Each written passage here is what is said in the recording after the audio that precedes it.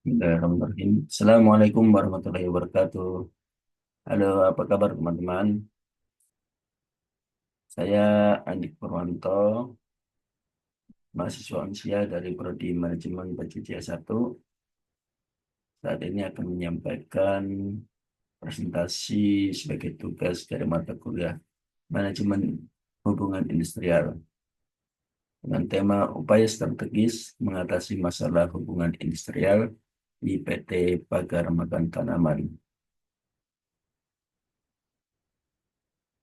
Sebagai pendahuluan, PT Pagar Makan Tanaman, sebuah perusahaan retail di Indonesia, saat ini menghadapi sebuah masalah turnover karyawan yang tinggi akibat dari ketidakpuasan terhadap sistem penggajian dan kurangnya perhatian terhadap keseimbangan kerja dan kehidupan.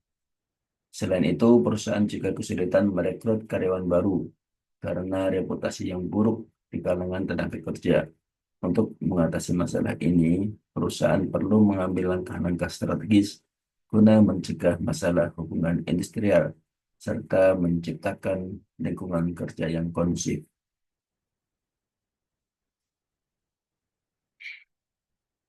Berikut adalah data tingkat turnover. Pada tahun 2021, 12, pada tahun 2022, 18, dan pada tahun 2023, 25 kasus. Ini menunjukkan peningkatan yang sangat signifikan. Dari beberapa turnover di atas atau tersebut pada tabel, ada beberapa alasan yang membuat pekerja melakukan turnover. Yang pertama, sistem penggajian. Nah, ini memiliki persentase yang paling tinggi, yaitu 45%. Kemudian alasan keseimbangan kerja atau keseimbangan hidup, persentasenya 36%, dan lain-lain 20%. Untuk mencegah masalah hubungan industrial di atas, maka perlu adanya beberapa hal yang dilakukan berkaitan dengan transparansi dan komunikasi terbuka. Perusahaan perlu memastikan bahwa semua karyawan memahami sistem penggajian dan manfaat yang mereka terima. Transparansi dalam komunikasi membantu membangun kepercayaan antara manajemen dan karyawan. Kemudian, dalam hal keseimbangan kerja dan kehidupan, ini harus memberikan fleksibilitas waktu kerja, seperti opsi kerja dari rumah atau jam kerja yang fleksibel, dapat meningkatkan kepuasan karyawan dan menurunkan tingkat turnover. Kemudian, untuk peningkatan kesejahteraan karyawan, maka perusahaan dapat menawarkan program kesejahteraan seperti konseling, pelatihan keterampilan, atau program kesehatan untuk meningkatkan kepuasan karyawan. Di samping itu, perlu adanya peran dari serikat pekerja dan manajemen. Peran serikat pekerja, serikat pekerja memainkan peran penting dalam memastikan hak-hak karyawan dilindungi dan memperjuangkan kesejahteraan mereka. Mereka juga dapat membantu mengidentifikasi masalah sebelum menjadi konflik yang lebih besar dan menawarkan solusi yang adil. Kemudian peran manajemen. Manajemen perlu bekerja sama dengan serikat pekerja untuk menciptakan lingkungan kerja yang kondusif.